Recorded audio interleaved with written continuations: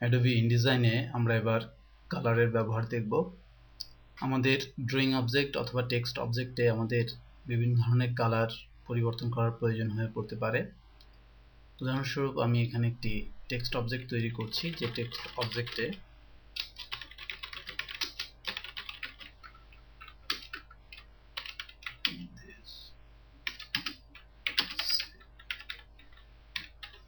আমি কালার প্রয়োগ করব। আমি এখানে আমার ফন্টকে একটু বড় করে নিচ্ছি।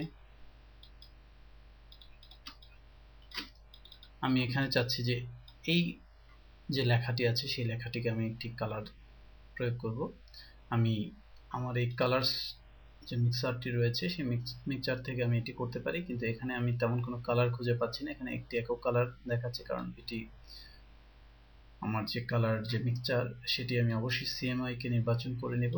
এতে করে আমি এখানে কালার পাবো। আমি যে কালার টেক্সটটি করতে চাই আমি সহজেই সেই কালারের টেক্সটে আমি পরিণত করতে পারবো। একইভাবে আমি এখানে একটি রেক্ট্যাঙ্গেল তৈরি করছি। লক্ষ্য করুন রেক্ট্যাঙ্গেলটি মূলত একটি আউটলাইন রয়েছে, আউটলাইনটি একটি কালার রয়েছে, কারণ এখানে আমরা যদি লক্ষ্য করি এটি একটি ব্ল্যাক স্ট্রোক কালার রয়েছে কিন্তু ফিল কালার নেই। আমি ডবল ক্লিক করে আমি চাইলে আমার এই কালার পিকার থেকে এর জন্য একটি ফিল কালার নির্বাচন করে দিতে পারি। এটি তাহলে সেই কালার দিয়ে ফিল হবে। একইভাবে আমরা এখান থেকেও এর কালার পরিবর্তন করে দিতে পারি। লক্ষ্য করুন আমরা এখান থেকে কালার পরিবর্তন করছি, এখান থেকে বিভিন্ন মান নির্বাচনের মাধ্যমে আমরা কালারে পরিবর্তন ঘটাতে পারি।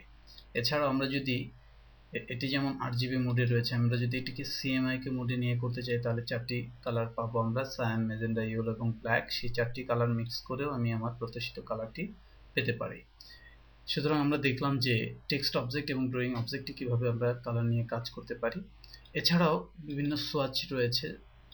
ধরুন আমি এখানে আমার সোয়াচ থেকে আমি একটি কালার এখানে প্রয়োগ করতে চাই, আমি একটি কালার এখানে নির্বাচন করে দিচ্ছি, তাহলে সোয়াচ থেকেও আমরা আমাদের যে কালার সেটি ডিফাইন করে দিতে পারি। সুতরাং আমরা আমাদের এই ডকুমেন্টসে যখন যে কালারের প্রয়োজন সেই কালার আমরা খুব সহজেই ব্যবহার করতে পারি।